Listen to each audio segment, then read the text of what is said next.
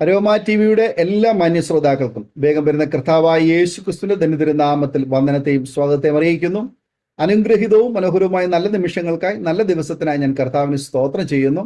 ഇന്ന് പ്രേക്ഷകരോടൊപ്പം അനുഗ്രഹിക്കപ്പെട്ട ജീവിതാനുഭവം, ദൈവം നടത്തിയ അത്ഭുതകരമായ വഴികളെയും കുറിച്ച് പങ്കുവയ്ക്കുവാൻ നമ്മുടെ ക്ഷണം സ്വീകരിച്ച് ജോയിൻ ചെയ്തിരിക്കുന്നത് കർത്താവിന്റെ വിലപ്പെട്ട ദാസൻ പ്രിയ ഷിബു തങ്കപ്പൻ അവറുകളാണ്. തന്റെ ജീവിതത്തിൽ ദൈവം ചെയ്ത അത്ഭുതകരമായ ഇടപെടലുകളെ കുറിച്ച് ദൈവനാമ മഹത്വത്തിനു വേണ്ടി പങ്കുവയ്ക്കുന്നു. ഒരു ഹൈന്ദവ കുടുംബത്തിൽ ജനിച്ച് വളർത്തപ്പെട്ട ഒരു ചെറുപ്പക്കാരൻ സുവിശേഷത്തിനും സുവിശേഷ പ്രവർത്തനത്തിനും എതിരായി സംസാരിച്ചു കൊണ്ടിരുന്ന കാലഘട്ടത്തില് കർത്താവ് തന്നോട് ഇടപെട്ടതായ അത്ഭുതകരമായ ഇടപെടലുകളെ കുറിച്ചും ദൈവത്തിന്റെ വേലയ്ക്കായി തന്നെ തിരഞ്ഞെടുത്തതുമായ ആ പദ്ധതികളെ കുറിച്ച് പങ്കുവയ്ക്കുന്ന ഈ അസാധാരണമായ ചില അനുഭവങ്ങൾ നമുക്ക് ശ്രദ്ധയോട് സ്കിപ്പ് ചെയ്യാതെ അവസാനം വരെ കാണുകയും കേൾക്കുകയും ചെയ്യാം. കർത്താവ് നമ്മെ എല്ലാവരും സഹായിക്കട്ടെ. അതുപോലെ തന്നെ നിങ്ങളുടെ പ്രിയപ്പെട്ടവർക്ക്, സുഹൃത്തുക്കൾ കൂടി ഷെയർ ചെയ്ത് കൊടുക്കണം. എല്ലാ തിങ്കളാഴ്ചയും രാത്രി സാക്ഷ്യം പറഞ്ഞ പ്രിയപ്പെട്ടവരോടൊപ്പം പ്രാർത്ഥിക്കുവാൻ നിങ്ങൾക്കൊരു അവസരമുണ്ട്. രാത്രി 9 മണി മുതൽ നിങ്ങൾക്കും അതിൽ പങ്കാളികളാകാവുന്നതാണ്. നമുക്ക് അവർക്ക് ശ്രദ്ധയോടെ സ്കിപ്പ് ചെയ്യാതെ പ്രാർത്ഥനയോടെ ഈ വീഡിയോ കാണാൻ കേൾക്കുകയും ചെയ്യാൻ നിങ്ങളുടെ പ്രിയപ്പെട്ടവർക്ക് ഷെയർ ചെയ്ത് കൊടുക്കുക. കർത്താവ് സഹായിക്കട്ടെ. കർത്താവിന്റെ വിലപ്പെട്ട ദാസൻ പ്രിയ ഷിബു തങ്കപ്പൻ അവരുടെ തികഞ്ഞ സ്നേഹത്തോടും ആദരവോടും കൂടി പ്രേക്ഷകരോടൊപ്പം സമയം ചെലവഴിക്കുന്നതിനായിട്ട് ഞങ്ങൾ ക്ഷണിച്ചുകൊള്ളും. കർത്താവിന്റെ പരിശുദ്ധമായ നാമത്തിന് മഹത്വം ഉണ്ടായിരിക്കട്ടെ. ഈ ആരോമ ടിവിയിലെ ഈ പ്രോഗ്രാമിലേക്ക് എന്നെ ക്ഷണിച്ച ബഹുമാനപ്പെട്ട കർത്താവിന്റെ ദാസനോട് ഉള്ള നന്ദി ഈ സമയത്ത് അറിയിക്കുകയാണ്. എൻ്റെ പേര് ഷിബു തങ്കപ്പൻ എന്നാണ്. എൻ്റെ സ്വദേശം ആലപ്പുഴ ജില്ലയിൽ എടത്തുവ എന്ന് പറയുന്ന സ്ഥലത്താണ് ഞാൻ ഇപ്പോൾ ശുശ്രൂഷിച്ചുകൊണ്ടിരിക്കുന്നത്. തിരുവനന്തപുരം ജില്ലയിലെ വെള്ളറട എന്ന് പറയുന്ന സ്ഥലത്താണ്. കർത്താവായ യേശുവിനെ എൻ്റെ രക്ഷിതാവും എൻ്റെ ദൈവവുമായി സ്വീകരിക്കുവാൻ കർത്താവിൻ്റെ ജീവിതത്തിൽ ഇടയാക്കി. ഞാനൊരു ഹൈന്ദവ കുടുംബത്തിൽ ജനിച്ചു വളർത്തപ്പെട്ട ആളാണ്.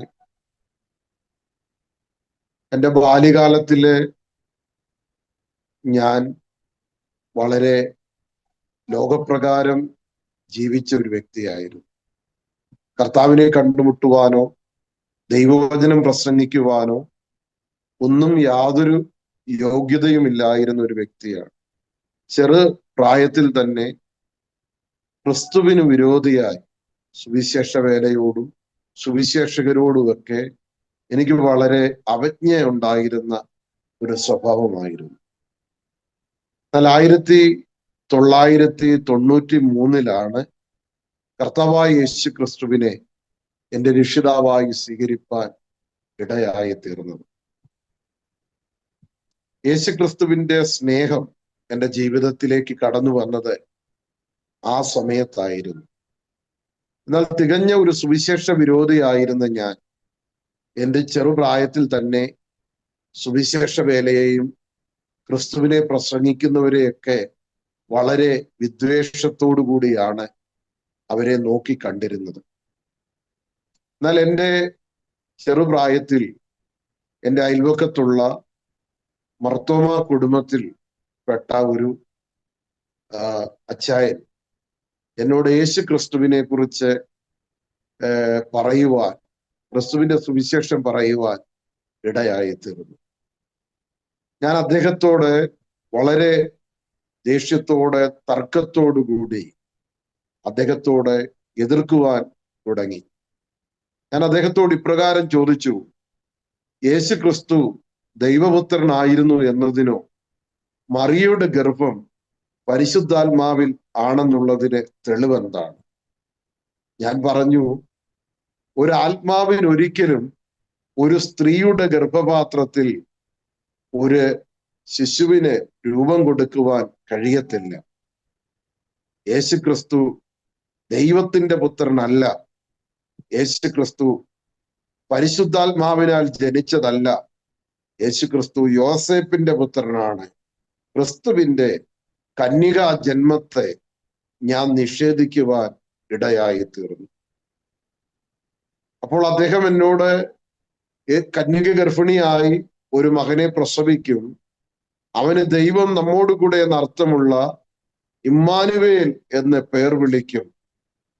യേശുക്രിസ്തു ദൈവപുത്രനാണ് എന്ന് സ്ഥാപിക്കുവാൻ അനവധി വചനങ്ങൾ ചേർത്ത് എന്നോട് സംസാരിക്കുവാൻ ഇടയായി തീർന്നു.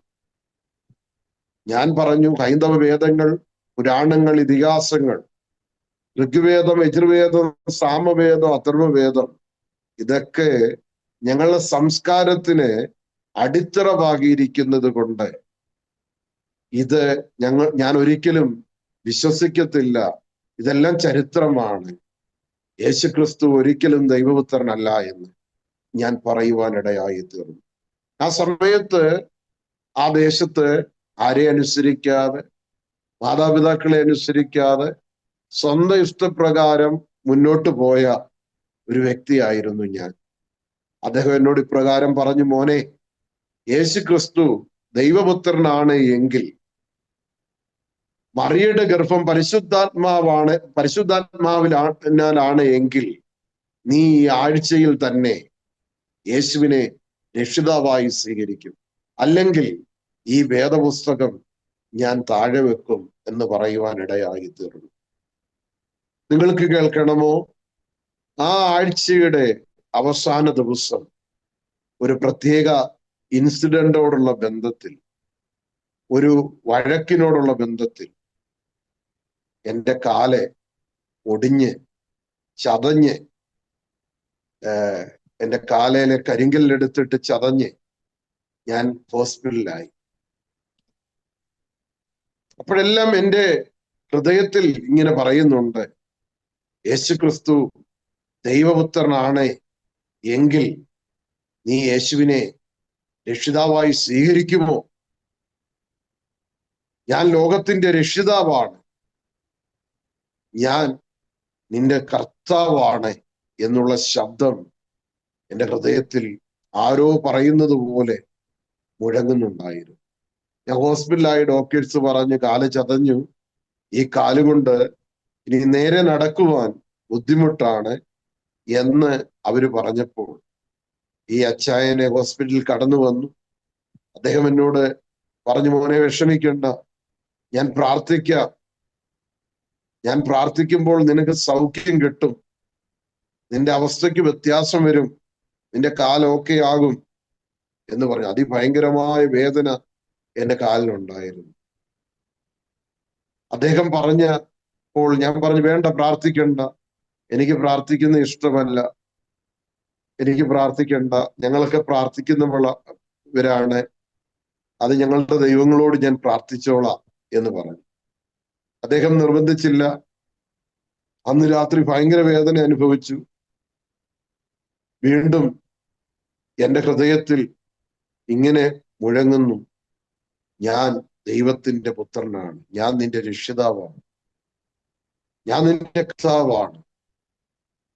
അന്ന് രാത്രി മൊത്തം എന്നോട് ആരോ സംസാരിക്കുന്നത് പോലെ ഇങ്ങനെ കേൾക്കുവാനിടയായി. ഞാൻ അവസാനം അച്ചാനെ വിളിച്ചു വരുത്തി ഹോസ്പിറ്റലിൽ. ഞാൻ അച്ചാനോട് പറഞ്ഞു, എനിക്ക് വേണ്ടി പ്രാർത്ഥിക്കണം. അദ്ദേഹം പ്രാർത്ഥിച്ചു കൊണ്ടിരിക്കുമ്പോൾ എൻ്റെ കാലിന് നല്ല സൗഖ്യം, എൻ്റെ വേദനയെല്ലാം മാറി, എൻ്റെ വേദന പൂർണ്ണമായിട്ട് മാറി. എൻ്റെ കാലിൽ നല്ല വിടുതൽ ദൈവം തന്നു.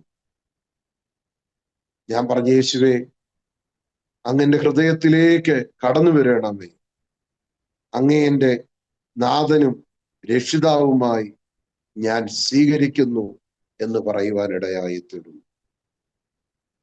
ആ സംഭവം അങ്ങനെ കഴിഞ്ഞു, എനിക്ക് സൗഖ്യമായി. ഞാൻ ഹോസ്പിറ്റലിൽ നിന്ന് വന്നു, എൻ്റെ കാലൊക്കെ ഒക്കെ ആയി. ഞാൻ വീണ്ടും ഈ രക്ഷിക്കപ്പെട്ടു എന്നുള്ള കാര്യം സത്യമാണെങ്കിലും ഞാൻ രഹസ്യമായിട്ട് യേശുവിനോട് പ്രാർത്ഥിക്കാൻ തുടങ്ങി. അദ്ദേഹം എനിക്കൊരു ബൈബിൾ തന്നു. അദ്ദേഹം എന്നോട് മതം മാറാനോ ജാതി മാറാനോ ഒന്നും പറഞ്ഞില്ല. അദ്ദേഹം എന്നോട് പറഞ്ഞു, ഈ ബൈബിൾ വായിക്കണം, യേശു ക്രിസ്തുവിനോട് നീ പ്രാർത്ഥിക്കണം. ബൈബിൾ കൊണ്ട് വീട്ടിൽ ചെന്നപ്പോൾ വീട്ടിൽ വളരെ വഴക്കായി. അവസാനം ഞങ്ങളുടെ വീടിന്റെ ഒരു ചെറിയ മുറിയിൽ കൊണ്ടുവന്ന് അതീവ രഹസ്യമായി ബൈബിൾ വെച്ച് ഞാൻ ഈ ബൈബിൾ വായിക്കുവാൻ ഇടയായി തീർന്നു. ആദ്യം ഞാൻ വായിച്ച വാക്യം, യഹോവ എൻ്റെ ഇടയനാകുന്നു, എന്നുള്ള വാക്യമാണ്. എനിക്ക് മുട്ടുണ്ടാകുകയില്ല. പച്ചയായ പുൽപ്പുറങ്ങളിൽ അവൻ എന്നെ കിടത്തുന്നു. സ്വസ്ഥതയുള്ള വെള്ളത്തിനരികിലേക്ക് എന്നെ നടത്തുന്നു. എന്റെ പ്രാണനെ തണുപ്പിക്കുന്നു. യേശുക്രിസ്തുവിന്റെ സ്നേഹം, ആ വചനത്തിന്റെ ശക്തി ആദ്യമായി ഞാൻ രുചിച്ചറിഞ്ഞ ദിവസം. വേദപുസ്തകം പറയുന്നു, taste and see that the Lord is good. ദൈവം നല്ലവനെന്ന് രുചിച്ചറിഞ്ഞ ആ നല്ല ദിവസത്തെ ഓർത്ത് ഞാൻ ദൈവത്തിന് സ്തോത്രം ചെയ്യുന്നു. അങ്ങനെ യേശുവിന്റെ രക്ഷിതാവായി. എന്നാൽ ആ സമയത്ത് എൻ്റെ കുടുംബത്തിൽ നിന്ന്, ബന്ധുമിത്രാദികളിൽ നിന്ന്, ചാർച്ചക്കാരിൽ നിന്ന്, ഞാൻ ആയിരിക്കുന്ന മേഖലകളിൽ ഒരു സുവിശേഷ വിരോധിയായി അങ്ങനെ ജീവിച്ചിരുന്ന ആ തലങ്ങളിൽ നിന്നൊക്കെ എനിക്ക് ഒത്തിരി എതിർപ്പുകൾ നേരിടേണ്ടതായിട്ട് വന്നു. അങ്ങനെ ഇരിക്കെ ചെയ്ത് ഞാൻ ചർച്ചിലെങ്ങും പോകാൻ തുടങ്ങിയില്ല. വളരെ രഹസ്യമായിട്ട് ഞാൻ പ്രാർത്ഥിക്കുന്നു. ഇങ്ങനെ പോയിക്കൊണ്ടിരുന്നു. കുറച്ച് ദിവസങ്ങൾ കഴിഞ്ഞപ്പോൾ വീണ്ടും ആ പ്രാർത്ഥനയൊക്കെ നിന്ന് ആ ദൈവത്തിന്റെ കൃപയിൽ നിന്നും ആ ദൈവത്തിന്റെ സ്നേഹത്തിൽ നിന്നുമൊക്കെ പെയ്യെ ഞാൻ അകലുവാൻ ആരംഭിച്ചു. അങ്ങനെ ഇരിക്കുമ്പോൾ എൻ്റെ വീട്ടിൽ എൻ്റെ മാതാവ് എൻ്റെ ചെറുപ്രായം മുതൽ ഒരു രോഗിയാണ്. അമ്മയെ കൊണ്ടുപോകാത്ത ഹോസ്പിറ്റലുകളില്ല, അമ്മയെ കൊണ്ടുപോകാത്ത ക്ഷേത്രങ്ങളോ പള്ളികളോ ഒന്നുമില്ല. പല സ്ഥലങ്ങളിലും പോയിട്ട് അമ്മയ്ക്കൊരു സൗഖ്യവുമില്ല.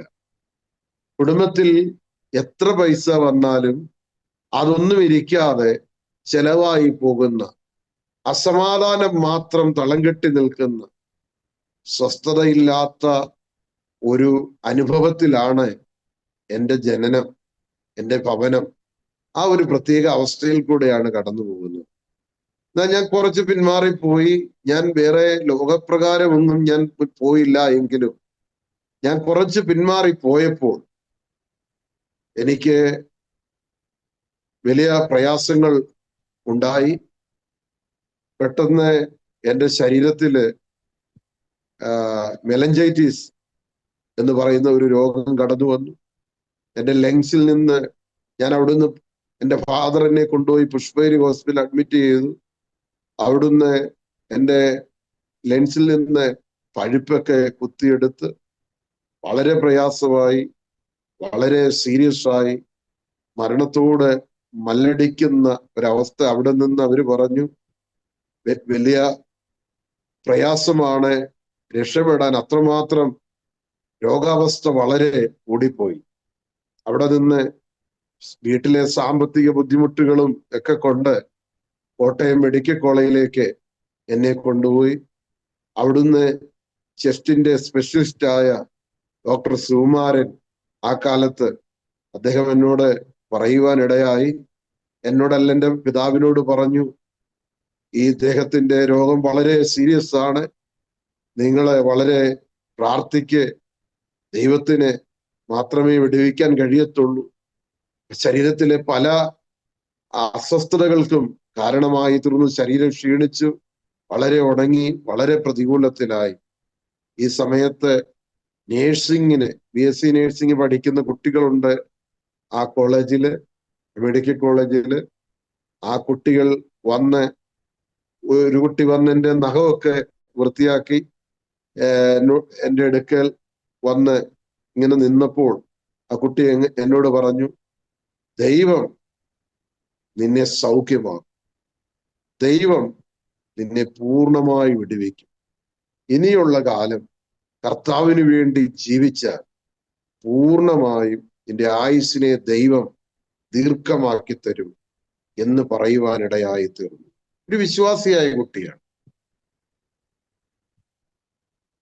ഞാന് ആ കുട്ടി പോയി കഴിഞ്ഞപ്പോൾ എൻ്റെ മനസ്സില്, എനിക്ക് വലിയ ആരോഗ്യമില്ല സംസാരിക്കാൻ, ശരീരം വളരെ ക്ഷീണിതാവസ്ഥയിലാണ്, ട്രിപ്പ് ഇട്ടുകൊണ്ടിരിക്കുന്ന അവസ്ഥയിലാണ്. ഞാൻ യേശുവിനോട് പ്രാർത്ഥിച്ചപ്പ എനിക്കൊരു മടങ്ങിവരവ്, ഒരു സൗഖ്യം, ഒരാരോഗ്യം അങ്ങ് തരുന്നുവെങ്കിൽ തീർച്ചയായിട്ടും അങ്ങയുടെ വേല ചെയ്യുവാൻ, ഒരു നല്ല സുവിശേഷകനായി കർത്താവിനെ കുറിച്ച് പ്രസംഗിക്കുവാൻ ഞാൻ എന്നെ തന്നെ സമർപ്പിക്കുന്നു എന്ന് പറയുവാനും അവിടെ ഇരുന്ന് കരഞ്ഞ്, എൻ്റെ അച്ഛൻ വരുമ്പോൾ, അച്ഛൻ അപ്പോൾ മാറി നിൽക്കുകയായിരുന്നു, അച്ഛൻ വന്നപ്പോൾ ഞാൻ കരഞ്ഞുകൊണ്ടിരിക്കുന്നു. കരഞ്ഞ് ഞാൻ സമർപ്പിച്ചു. എൻ്റെ ശരീരത്തിൽ വലിയൊരു ആരോഗ്യം കടന്നു വരുന്നതായിട്ട് എനിക്ക് തോന്നി. അതുവരെ എണ്ണിച്ച് നടക്കാൻ മേലാഞ്ഞ ഞാൻ തന്നെ എഴുന്നേറ്റിരുന്നപ്പോൾ എൻ്റെ അച്ഛൻ പിടിച്ചു, അമ്മ പിടിച്ചു. ഞാൻ പറഞ്ഞു, വേണ്ട, എനിക്ക് സൗഖ്യമായി, എനിക്ക് വിടുതലായി. ഞാൻ എഴുന്നേറ്റു, നടന്നു, ബാത്റൂമിൽ പോയി.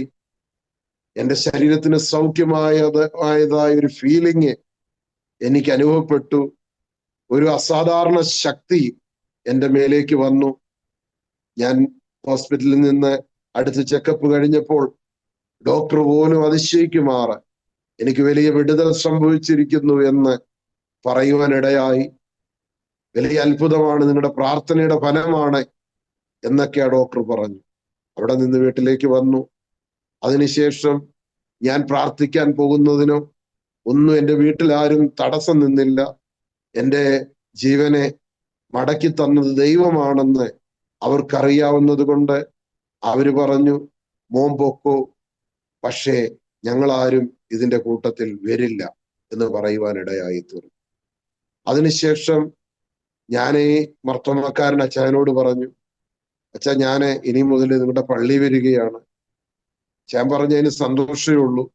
പക്ഷെ മോനെ, ഞങ്ങളുടെ പള്ളി വരുന്നതിലും നല്ലത് സത്യമായ സുവിശേഷം മോന് പ്രസംഗിക്കാൻ ആഗ്രഹമെങ്കിൽ മോനൊരു പെന്തക്കോസ്റ്റ് ചർച്ചിൽ തന്നെ പോകണം എന്ന് പറയുവാനിടയായി തീർന്നു. അങ്ങനെ എടത്വായിലുള്ള 5, 6, 7 പേര് മാത്രമുള്ള, ആരും എന്നെ കാണരുത്, അധികം പ്രസിദ്ധമാകല്ലേ എന്ന് കണ്ട് അങ്ങനെ ഒരു ചർച്ചിൽ ഞാൻ കണ്ടുപിടിച്ച് അവിടെ പോകുവാൻ തുടങ്ങി. അവിടെയുള്ള ഒരു പാസ്റ്റർ എന്നോട് വളരെ വചനം പഠിപ്പിക്കുകയും സുവിശേഷം പറയുകയും ഒക്കെ ചെയ്യുവാൻ തുടങ്ങി. അങ്ങനെ ഓരോ ദിവസവും വീട്ടിൽ വന്ന് ഞാൻ എൻ്റെ അമ്മയ്ക്ക് വേണ്ടി പ്രാർത്ഥിക്കും. വീട്ടിൽ വലിയ സമാധാനമുണ്ടായി. അമ്മയ്ക്ക് സൗഖ്യം ഒക്കെ വളരെ കിട്ടുവാൻ തുടങ്ങി. ഞാന് അങ്ങനെ ഇരിക്കെ ഈ പാസ്റ്ററിനോട് പറഞ്ഞു, ഇനിയും വേദപുസ്തകം എടുത്തുകൊണ്ട് സുവിശേഷം പറയാൻ തുടങ്ങണം, അതിനുള്ള സമയമായി. എനിക്ക് വേദപുസ്തകത്തെ കുറിച്ച് വലിയ ജ്ഞാനമൊന്നുമില്ല. ഒരു ദിവസം പെട്ടെന്ന് ഈ പുസ്തകം എടുത്തുകൊണ്ട് ഞങ്ങളുടെ അവിടെ ഉള്ള ഒരു കവലയിലേക്ക് ഞാൻ ചെന്ന് ഇങ്ങനെ വിളിച്ചു പറഞ്ഞു, മറ്റൊരുത്തലിനും രക്ഷയില്ല, രക്ഷിക്കപ്പെടുവാൻ ആകാശത്തിന്റെ കീഴിൽ മനുഷ്യരുടെ ഇടയിൽ യേശുക്രിസ്തു എന്ന നാമമല്ലാതെ നൽകപ്പെട്ട വേറൊരു നാമവുമില്ല എന്ന് ഞാൻ വിളിച്ചു പറയുവാൻ തുടങ്ങി. ഒത്തിരി ആൾക്കാർ കൂടി. അവര് പലരും ചിന്തിച്ചു, ഇന്നലെ വരെയും ഇവൻ എങ്ങനെ നടന്നതാണ്, ഇപ്പോൾ ഇവൻ സുവിശേഷം പറയുന്നു. പലർക്കും സന്തോഷം തോന്നി. പലരും ആ വചനം കേട്ടു, അടുത്തു വന്നു, സ്നേഹവാത്സല്യത്തോടെ എന്നോട് സംസാരിച്ചു. അവിടെയുള്ള മർത്തോമക്കാരും യാക്കോബക്കാരും പെന്തക്കോസ്തുകാരും അവിടെയുള്ള സകല മനുഷ്യരും മുന്നോട്ട് വന്ന്, ഹിന്ദുക്കളായിട്ടുള്ള പ്രിയപ്പെട്ടവർ, അവര് പറഞ്ഞ് എങ്ങനെയോ ലോകപ്രകാരം ജീവിച്ച വ്യക്തിത്വമായിരുന്നു. എന്നാൽ യേശുവിനെ സ്വീകരിക്കുവാൻ ആ പ്രിയപ്പെട്ട സഹോദരന് ദൈവം കൃപ ചെയ്തല്ലോ എന്നോർത്തവർ ദൈവത്തെ മഹത്വപ്പെടുത്തുവാൻ ഇടയായി തീർന്നു. അതിനുശേഷം ചില വർഷങ്ങൾ ആ ഇടത്വായിലുള്ള ചർച്ചില് പോയി ആരാധനയ്ക്ക് കൂടും. ആ പാസ്റ്റർ കൂടെ സുവിശേഷം അറിയിക്കുവാൻ പോകും. അങ്ങനെയൊക്കെ മുന്നോട്ട് പോയി. ആ സമയത്ത് ഒരു ജോലി എന്ന വണ്ണം ഒരു ഡ്രൈവറായി കാർ ഓടിക്കുവാനും പോകാൻ തുടങ്ങി. അങ്ങനെ ഇരിക്കെ ചെയ്ത് പെട്ടെന്ന് എൻ്റെ അമ്മാവൻ വന്നു. അദ്ദേഹം വിദേശത്തായിരുന്നു. എന്നെ ഗൾഫിൽ കൊണ്ടുപോകാം, അതിനുള്ള വിസ കൊണ്ടാണ് പുള്ളി വന്നത്. അവിടെ കൊണ്ടുപോയി അവന് ജോലിയൊക്കെ ആവുമ്പോൾ ഈ സുവിശേഷമൊക്കെ അങ്ങ് നിർത്തി വീണ്ടും അവൻ മുന്നോട്ട് വന്നോളും എന്നുള്ള ഒരു സിറ്റുവേഷനിലേക്ക് മുന്നോട്ട് പോകുവാൻ ഇടയായി തീർന്നു. അങ്ങനെ ഞാൻ വിദേശത്ത് പോയി. അവിടെ ചെന്നപ്പോൾ എനിക്കൊരു ചർച്ചിൽ പോകാതെ ഇരിക്കാൻ പറ്റുന്നില്ല. ആ സന്ദർഭത്തിൽ എൻ്റെ കൂടെയുള്ള ജോലിക്കാർക്കാർക്കും ഞാനൊരു കേറ്ററിംഗ് കമ്പനിയിലാണ് ജോലി ചെയ്യുന്നത്. അവിടെ വെള്ളിയാഴ്ച അവധിയുള്ളപ്പോൾ വെള്ളിയാഴ്ച പോലും ഓവർ ടൈം ഡ്യൂട്ടി ചെയ്യണം. ചർച്ചിൽ പോകാൻ സമയമില്ല. ആ സന്ദർഭത്തിൽ ഞാൻ വളരെ വിഷമിച്ചു. വേദപുസ്തകം വായിച്ചു, പ്രാർത്ഥിച്ചു. ആ സന്ദർഭത്തിൽ അവിടെയുള്ള ഒരു ചർച്ചിലെ പാസ്റ്റർ ആരോ പറഞ്ഞു, ഇങ്ങനെ ഒരു സഹോദരൻ ഒരു ക്യാമ്പിലുണ്ട് എന്ന് പറഞ്ഞ് എന്നെ അന്വേഷിച്ച് അദ്ദേഹം വരുവാൻ ഇടയായി തീർന്നു. സജി ആൻഡ്രൂസ് എന്നാണ് അദ്ദേഹത്തിന്റെ പേര്. അദ്ദേഹം എന്നെ ബലപ്പെടുത്തി, പ്രാർത്ഥിച്ചു. അങ്ങനെ മസ്കറ്റിൽ ഗാല എന്ന് പറയുന്ന സ്ഥലത്തുള്ള അവരുടെ പ്രേയറിൽ ഇട മീറ്റിങ്ങിന് വെള്ളിയാഴ്ച അല്ലാത്ത ദിവസമൊക്കെ വൈകുന്നേര സമയത്ത് അറ്റൻഡ് ചെയ്യുവാൻ തുടങ്ങി. അവിടെ എനിക്ക് സാക്ഷ്യം പറയുവാനും സുവിശേഷം പറയുവാനും ഒക്കെയുള്ള അവസരങ്ങൾ അവരൊരുക്കി തരുവാൻ ഇടയായി തീർന്നു. അങ്ങനെ കുറച്ച് കാലങ്ങൾ അങ്ങനെ കഴിഞ്ഞു പോയപ്പോൾ എനിക്ക് വേദപുസ്തകം പഠിക്കണം, ബൈബിൾ കോളേജിൽ പഠിക്കണമെന്നുള്ള ആഗ്രഹമുണ്ടായി. അപ്പോൾ ഞാന് പാസ്റ്ററോട് പറഞ്ഞു, പാസ്റ്റർ എനിക്ക് വേദപുസ്തകം പഠിക്കണം. പാസ്റ്റർ പറഞ്ഞു, മോനെ ഇപ്പൊ ജോലി ചെയ്യുകയല്ലേ, പെട്ടെന്ന് നീ എടുത്തു ചാടി ജോലി റിസൈൻ ചെയ്യുകയൊന്നും വേണ്ട. ആ സമയത്ത് എനിക്ക് ജോലിയിൽ പ്രൊമോഷൻ കിട്ടി. ഞാൻ സ്റ്റോർ കീപ്പറായി മുന്നോട്ട് പോവുകയാണ്. ഈ സന്ദർഭത്തിലാണ് ഇപ്പോൾ പെട്ടെന്ന് ജോലിയൊന്നും കളയണ്ട, വീട്ടിലെ ബുദ്ധിമുട്ടൊക്കെ ഉള്ളതല്ലേ എന്നൊക്കെ പറയുവാൻ ഇടയായി തീർന്നു. അങ്ങനെ ഇരിക്കുമ്പോൾ ഒരു രാത്രിയിൽ പരിശുദ്ധാത്മാവ് എന്നോട് സംസാരിച്ചു. ഒരു ദർശനത്തിൽ കൂടെ ഞാൻ കർത്താവിന്റെ വേലയ്ക്ക് പൂർണ്ണസമയ സുവിശേഷകനായിട്ട് ഇറങ്ങണമെന്ന്. അന്ന് രാവിലെ ഞാൻ ജോലി റിസൈൻ ചെയ്തു. കമ്പനിക്കാരോട് പറഞ്ഞു, എനിക്ക് ജോലി വേണ്ട, ഞാൻ റിസൈൻ ചെയ്യുന്നത് പറഞ്ഞു. അങ്ങനെ എൻ്റെ അമ്മാവൻ ആ കമ്പനിയിൽ നല്ല പിടിപാടുള്ള വ്യക്തി ആയതുകൊണ്ട് എൻ്റെ അമ്മാവൻ അവിടെ പെട്രോളിയം, അതായത് റിഗിലാണ് ജോലി ചെയ്യുന്നത്. അവർക്ക് കേറ്ററിംഗ് കൊടുക്കുന്ന കമ്പനിയാണ് ഞങ്ങളുടെ കമ്പനി ആയതുകൊണ്ട് അവരമ്മാവനെ വിവരം അറിയിച്ചു. അപ്പൊ അമ്മാവൻ പറഞ്ഞു, അവൻ ജോലി ചെയ്തില്ലേലും അവനെ കയറ്റിവിടണ്ട, അവനവിടെ കടന്നോട്ട്, കുറച്ച് ദിവസം കഴിയുമ്പോൾ ഇതൊക്കെ അങ്ങ് മാറിക്കോളും. ഞാൻ ആ സമയത്തെല്ലാം പ്രാർത്ഥനയ്ക്ക് കടന്നു പോകാൻ തുടങ്ങി. ഞാൻ ജോലി ചെയ്യുന്നില്ല. അവസാനം അവരെന്നെ കയറ്റിവിട്ടു. വീട്ടിൽ വന്നപ്പോൾ എല്ലാവർക്കും വളരെ ദേഷ്യം, വളരെ പ്രതികൂലം, പ്രയാസം, വീട്ടിൽ നിൽക്കാൻ മേലാത്ത അവസ്ഥ, ജോലി ഉപേക്ഷിച്ച് വന്നിരിക്കുന്നു. ഞാൻ പറഞ്ഞു, എനിക്ക് ബൈബിൾ കോളേജിൽ പോകണം എന്ന് പറഞ്ഞു. അങ്ങനെ ഞാന് ബൈബിൾ കോളേജിൽ പോയി അഡ്മിഷൻ എടുക്കുവാനിടയായി തീർന്നു. അങ്ങനെ മുന്നോട്ട് പോകുന്ന ആ സമയത്ത് എനിക്ക് ദൈവം എൻ്റെ ബൈബിൾ കോളേജിലെ ചെലവിനുള്ള സാമ്പത്തിക കാര്യങ്ങളും അത്യാവശ്യം എൻ്റെ വീട്ടുകാര്യങ്ങൾക്ക് മാതാപിതാക്കളെ സഹായിക്കുവാനുമായിട്ട് ഒരു വ്യക്തി മുന്നോട്ട് വന്ന്, ഞങ്ങളുടെ അടുത്തുള്ള ഒരു വ്യക്തി മുന്നോട്ട് വന്ന് എനിക്ക് ഒരു സ്പോൺസർഷിപ്പ് തരുവാൻ, അന്നത്തെ കാലത്ത് ഒരു 4000 രൂപ എന്ന് വെച്ചാൽ വളരെ വലിയ തുകയാണ്. ഇന്നിപ്പോ ഞാൻ 22 വർഷത്തോളമായി കർത്താവിന്റെ മഹത്വമുള്ള ശുശ്രൂഷയിൽ, കർത്താവിന്റെ വേലയോടുള്ള ബന്ധത്തിലായിട്ട് ആ സമയത്ത് അത് വലിയൊരു ആശ്വാസമായിരുന്നു.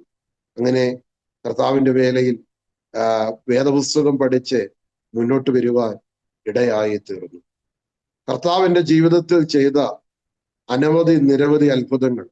അതിനുശേഷം എനിക്കൊരു വിവാഹം, കർത്താവിന്റെ വേലയോടുള്ള ബന്ധത്തിൽ മുന്നോട്ട് പോകുവാൻ വേണ്ടി പാസ്റ്റർ പറഞ്ഞു, മോനെ ഒരു വിവാഹം ആവശ്യമാണ്.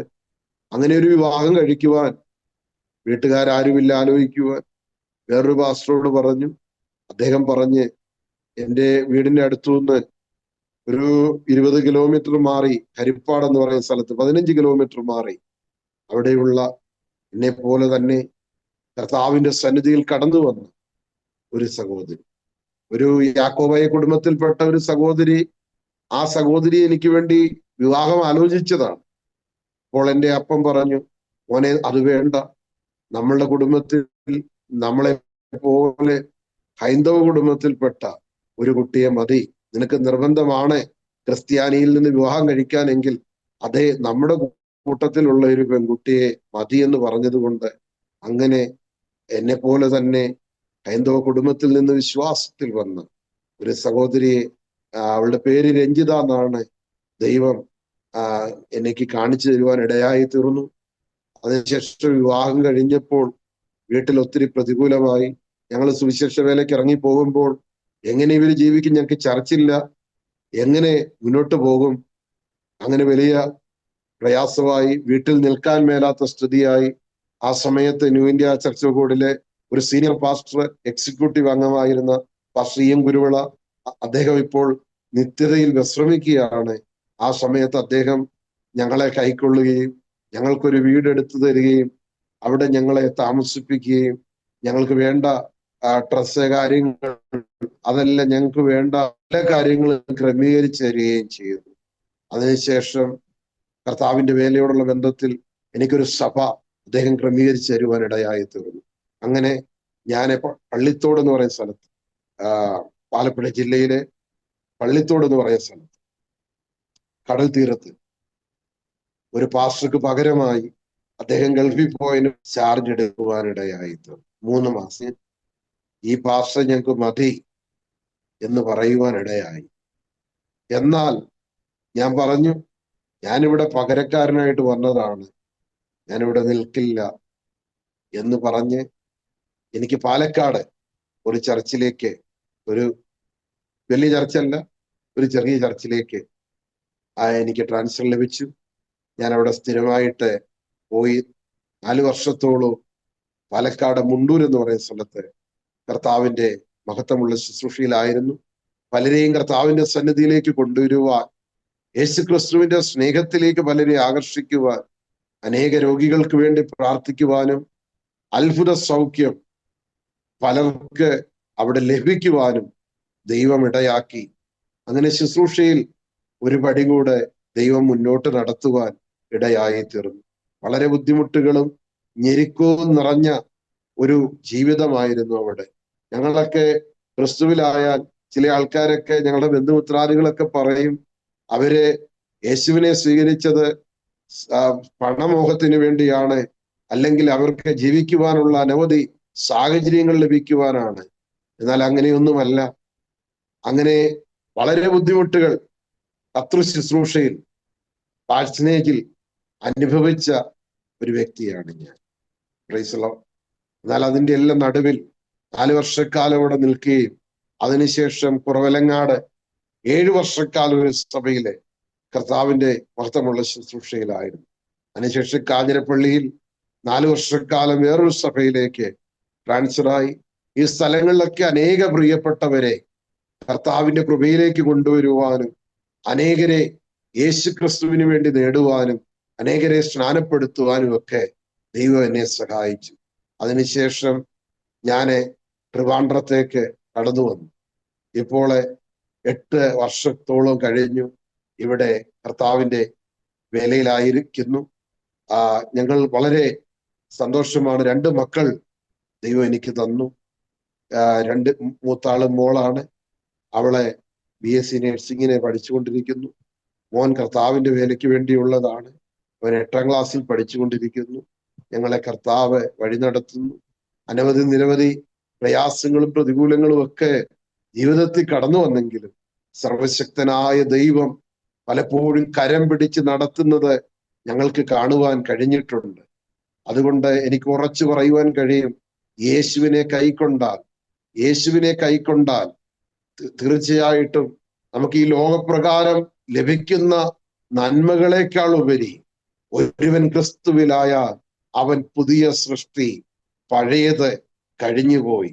യേശുവിനെ കൈക്കൊണ്ട്, ശുദ്ധ വേദപുസ്തകം പറയുന്നു, അവനെ കൈക്കൊണ്ട് അവന്റെ നാമത്തിൽ വിശ്വസിക്കുന്ന ഏവർക്കും ദൈവമക്കളാകുവാൻ അവൻ അധികാരം കൊടുത്തു.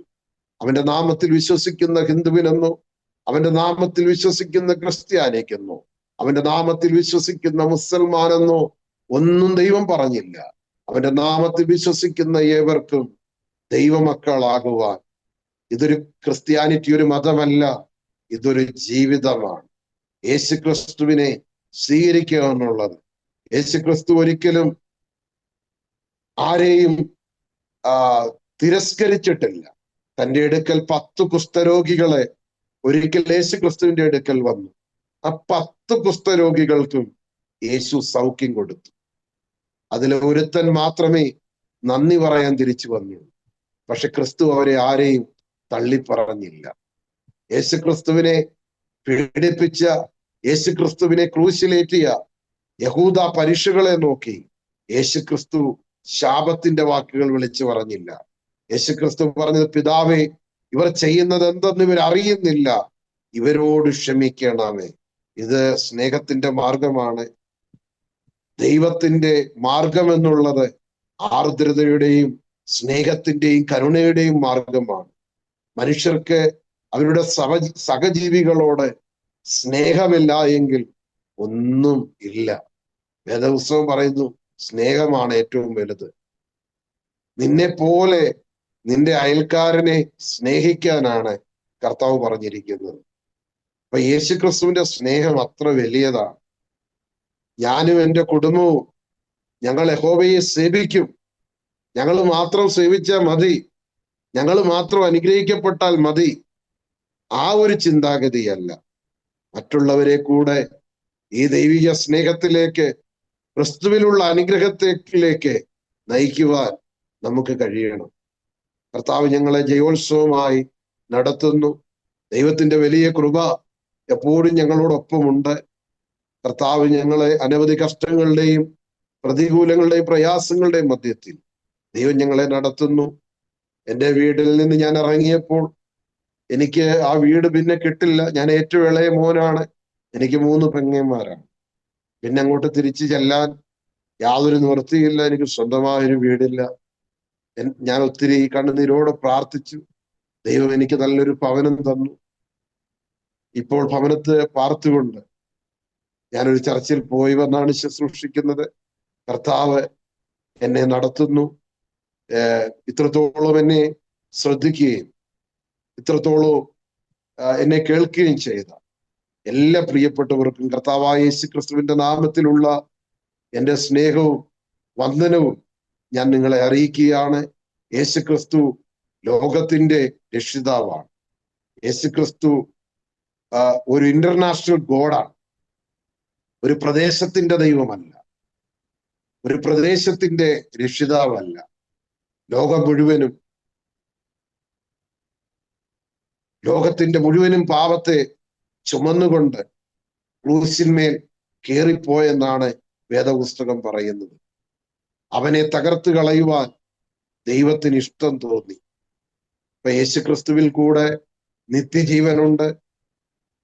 നമുക്കറിയാം, ഈ ലോകത്തിലെ ഒരു മനുഷ്യൻ ജനിക്കുന്നു.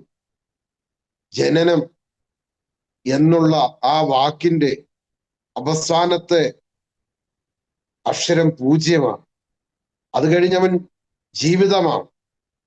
അവൻ ജനിക്കുന്ന സമയത്ത് അവനെ കാണുവാൻ അനേക പ്രിയപ്പെട്ടവര്, ബന്ധുക്കളൊക്കെ അവന് ചെറിയ ഉടുപ്പുകളൊക്കെ മേടിച്ച്, ചെറിയ പൗഡറും ഒക്കെ മേടിച്ച് അവനെ കാണുവാൻ വേണ്ടി വരും.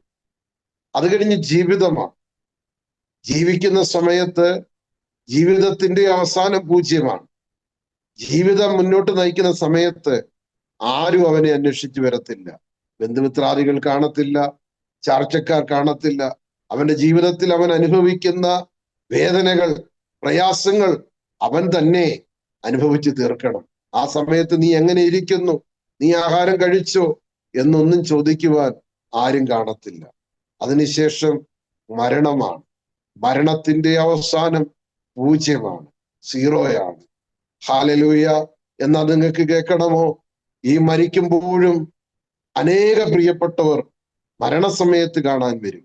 ഒത്തിരി നല്ല വാക്കുകളൊക്കെ പറയും, നല്ലൊരടക്കം തരും. ഇതുകൊണ്ട് തീരുന്നതല്ല ജീവിതം. യേശുക്രിസ്തുവിനെ രക്ഷിതാവായി സ്വീകരിച്ച് യേശുക്രിസ്തുവിനോട് ചേർന്ന് ക്രിസ്തീയ ജീവിതം നയിക്കുന്ന പ്രിയപ്പെട്ടവർക്ക് ഒരു നിത്യത എന്ന് പറയുന്ന ഒരു ജീവിത അനുഭവം ദൈവം തരും. Praise the Lord. അവിടെ മരണമില്ല. ഹേ മരണമേ, നിന്റെ ജയം എവിടെ? ഹേ മരണമേ, നിന്റെ വിഷമുള്ള എവിടെ? ക്രിസ്തുവിൽ മരിക്കുന്നവർ അക്ഷയരായി ഉയർക്കും എന്ന വിശുദ്ധ വേദപുസ്തകം നമ്മളെ പഠിപ്പിക്കുന്നു. അങ്ങനെയെങ്കിൽ ആ നിത്യതയും 3 അക്ഷരമാണ്. അതിന്റെ അവസാനത്ത് 0 അത് അവസാനിക്കുന്നതല്ല. കോടാനുകോടി വർഷങ്ങൾ കർത്താവുമായി ചേർന്നുള്ള ആ വലിയ നല്ല സുദിനം ഒരു മനുഷ്യൻ ക്രിസ്തുവിലായാൽ അവന് ലഭിക്കുന്നതാണ്. എൻ്റെ ജീവിതത്തിൽ എൻ്റെ ദൈവം തന്ന ഏറ്റവും വലിയ ഭാഗ്യം അതാണ്. ഈ ലോകത്തിലെ സൗകര്യങ്ങളെക്കാളും, ഈ ലോകത്തിലെ ധനത്തെക്കാളും, ഈ ലോകത്തിലെ മാന്യതകളെക്കാളും എല്ലാം ഉപരി യേശു ക്രിസ്തു എൻ്റെ ജീവിതത്തിൽ എനിക്ക് തന്ന ആ വലിയ പദവിയെ ഓർത്ത് ഞാൻ ദൈവത്തിന് സ്തോത്രം ചെയ്യുന്നു. ദൈവം നിങ്ങളെ എല്ലാവരെയും അനുഗ്രഹിക്കട്ടെ എന്ന് ഞാൻ ആത്മാർത്ഥമായി പ്രാർത്ഥിക്കുന്നു. എനിക്ക് സമയം തന്ന ആരോമ ടിവിയുടെ ബഹുമാനപ്പെട്ട അധികൃതരോടുള്ള, കർത്താവിന്റെ ദാസനോടുള്ള നന്ദി അറിയിക്കുന്നു. ദൈവം നിങ്ങളെ ധാരാളമായി അനുഗ്രഹിക്കട്ടെ. താങ്ക് യു കർത്താവിന്റെ വിലപ്പെട്ട ദാസൻ പാസ്റ്റർ ഷിബു തങ്കപ്പൻ അവറുകൾ. ഇത്രത്തോളം സമയം ദൈവം നടത്തിയ അത്ഭുതകരമായ വഴികളെക്കുറിച്ച് ദൈവനാമ മഹത്വത്തിന് വേണ്ടി അരോമ ടിവിയുടെ പ്രേക്ഷകരോടൊപ്പം പങ്കുവയ്ക്കുവാൻ കർത്താവ് കൃപ ചെയ്തത് ഓർത്ത് ഞാൻ ദൈവത്തിന് നന്ദി പറയുന്നു.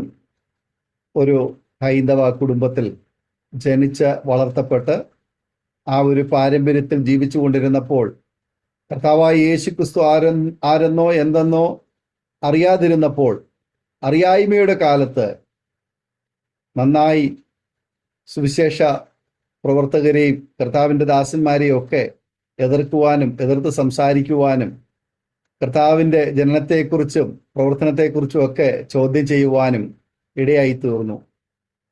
എന്നാൽ ദൈവത്തിൻ്റെ പദ്ധതി മറ്റൊന്നായിരുന്നു എന്നുള്ളത് കൊണ്ട് ദൈവം അതിലേക്ക് ചില വഴികളിലൂടെ പുറത്തു കൊണ്ടുവരുവാൻ ഇടയായി തീർന്നല്ലോ. ദൈവത്തിൻ്റെ തക്ക സമയമായപ്പോൾ കർത്താവിന് വേണ്ടി ഒരുക്കപ്പെട്ട് ഫലം പുറപ്പെടുവിക്കുവാൻ ദൈവം യോഗ്യമായ ഇടത്ത് നടുവാൻ ഇടയായി തീർന്നു. ഇതിനാലിടയിൽ ദൈവദാസൻ ഇപ്പോൾ പറഞ്ഞതുപോലെ ജനനവും ജീവിതവും മരണവും നിത്യതയും സകല മനുഷ്യർക്കും ദൈവം വെച്ചിരിക്കുന്ന ഒന്നാണ്.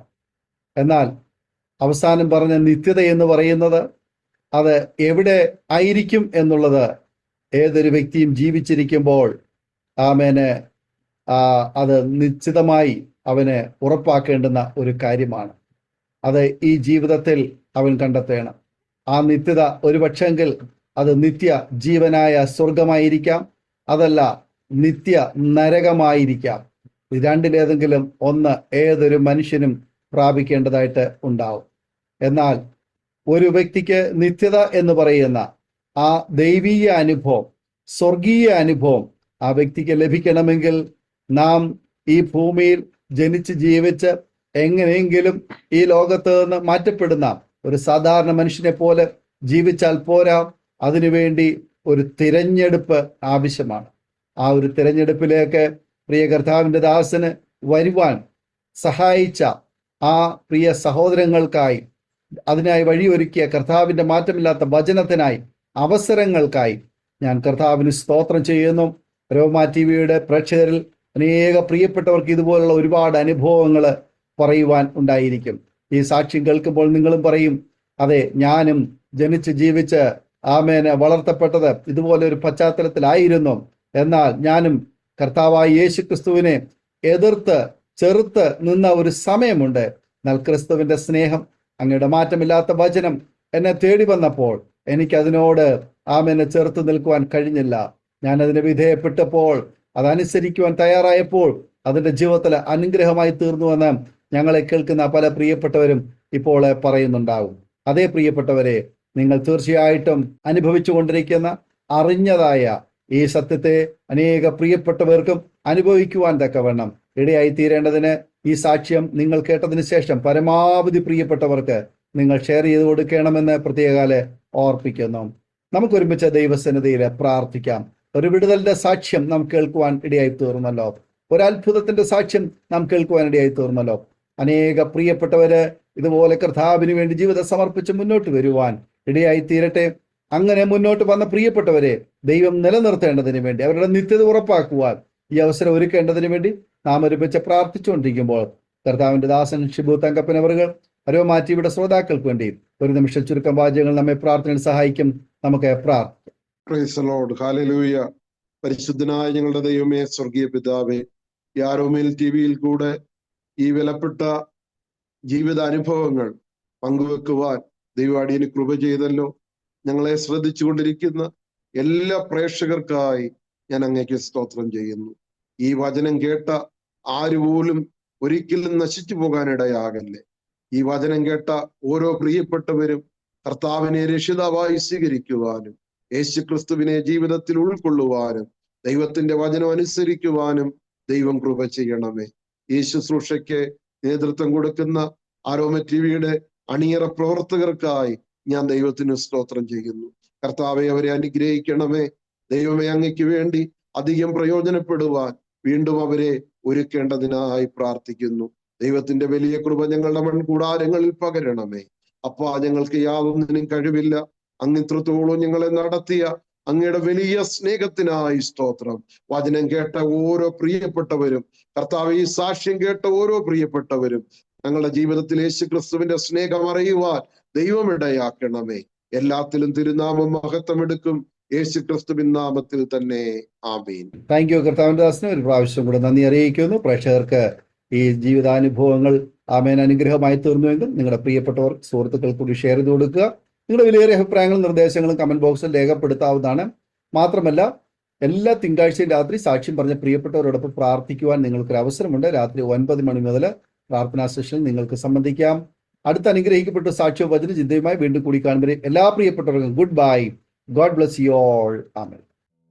ഓർമ്മയുടെ മനോരഥത്തിൽ മായാത്ത ഓർമ്മയ്ക്കായി അരോമ മാട്രിമോണിയിൽ നിന്നും ജീവിത പങ്കാളിയെ കണ്ടെത്തൂ. നിങ്ങൾ ഒരു ക്രിസ്തീയ ജീവിത പങ്കാളിയെ അന്വേഷിക്കുകയാണോ? അതോ മക്കൾക്ക് അനുയോജ്യമായ ഒരു തക്ക തുണയ്ക്ക് വേണ്ടി പ്രാർത്ഥിക്കുന്ന വ്യക്തിയാണോ? എങ്കിൽ അരോമ മാട്രിമോണി നിങ്ങൾക്ക് വേണ്ടിയാണ്. ഇന്നു തന്നെ സൗജന്യമായി രജിസ്റ്റർ ചെയ്യൂ. അരോമ മാട്രിമോണിയുടെ പ്രത്യേകതകൾ: രജിസ്ട്രേഷൻ തികച്ചും സൗജന്യം. ലോകത്തെവിടെയുമുള്ള അനുയോജ്യമായ ക്രിസ്തീയ ജീവിത പങ്കാളിയെ തിരഞ്ഞെടുക്കാം. വിവാഹം നടക്കുന്നതുവരെ സർവീസ് ലഭിക്കുന്നു. ഏറ്റവും ചെറിയ പാക്കേജുകളും തിരഞ്ഞെടുക്കാം. അരോമ മാട്രിമോണി നിങ്ങൾക്കായി ഒരുക്കുന്നു വിവാഹം പരമാനന്ദം. Email aroma matrimony2020@gmail.com.